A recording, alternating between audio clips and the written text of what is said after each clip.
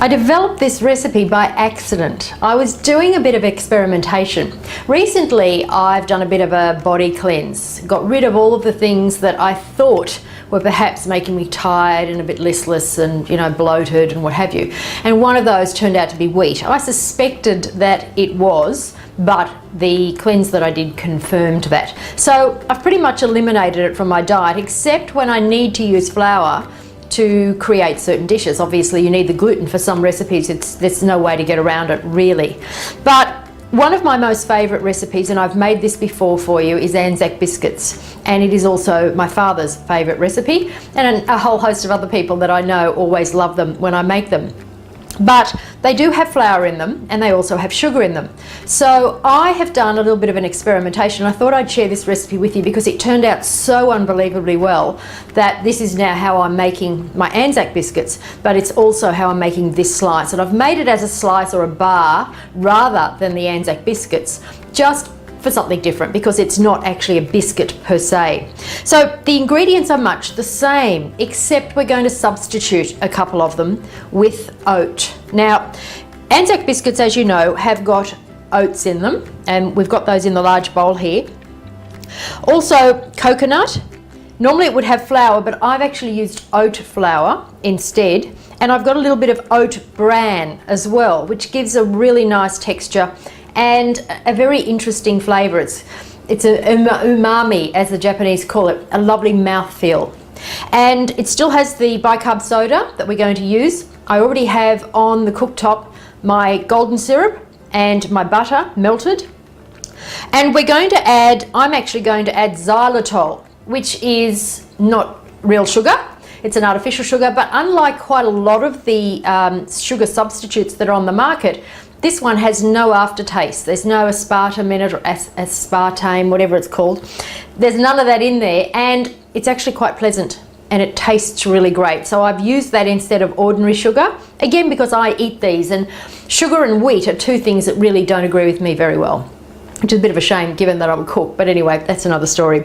And I'm going to add to this an egg, because one of the things that flour does when you make an Anzac biscuit is it binds it because of the gluten that's in it. But this doesn't have any flour, so therefore the biscuit itself tended to be a bit crumbly. So what I've done is I'm going to add an egg, which of course you don't do to an Anzac biscuit.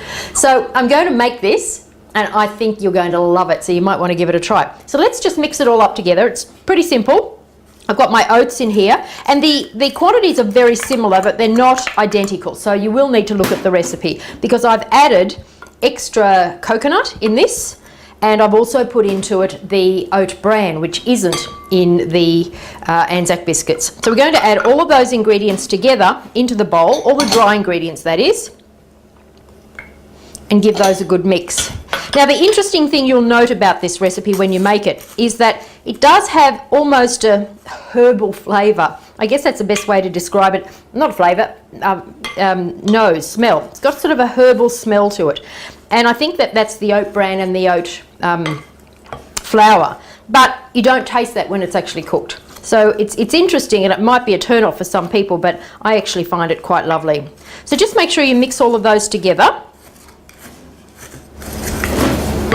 Now, my bicarb soda and water, we're going to mix those together, and we're going to take that over to the cooktop and mix it in with our golden syrup and butter.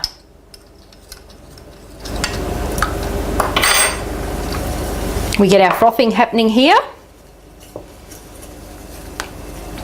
And now we'll take that over to our dry mixture and add it in. So up until now, apart from the different ingredients that are in there, it's pretty much an Anzac biscuit recipe.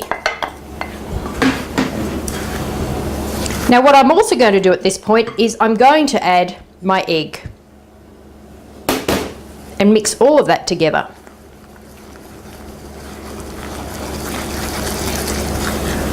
Now I'm going to put this into a bar tin, which I have already greased and lined with baking paper.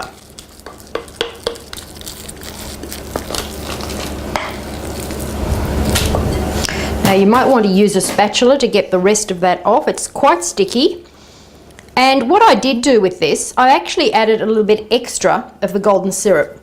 Now I know if you're watching from somewhere outside Australia, golden syrup isn't necessarily something that's easy to get. And in fact, after I did Anzac Biscuits, I did get quite a lot of people contacting me via email and said, you know, what can I use to substitute?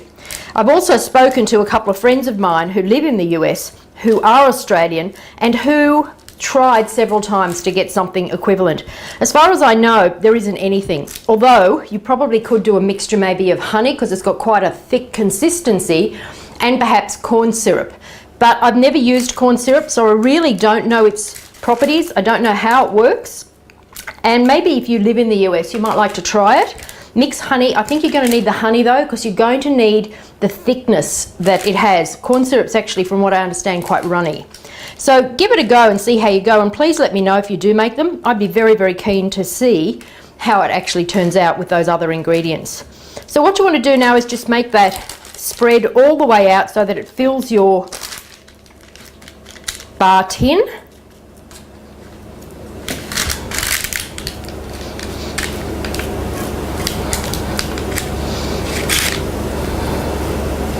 And we're going to pop that into the oven now.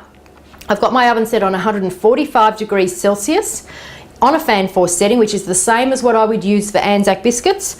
And we're going to cook that for about 10 to 15 minutes.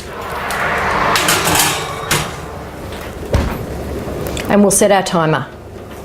And we'll come back and have a look in a minute.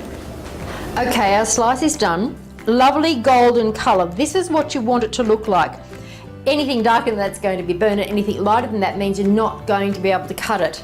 Now, like with Anzac Biscuits, you need to leave them sitting on the tray until they've firmed up completely, otherwise they will crumble. You need to do the same with the slice. The key is to leave it in the tin until it's cooled down almost completely, which will take a good 25 to 30 minutes. Then, while there's still some pliability in it and it hasn't firmed up, you want to cut it into the slices, lift out the whole piece of baking paper, and then you've got your slice ready to go. Now, I've been told that Anzac Biscuits are actually quite nice dipped in chocolate.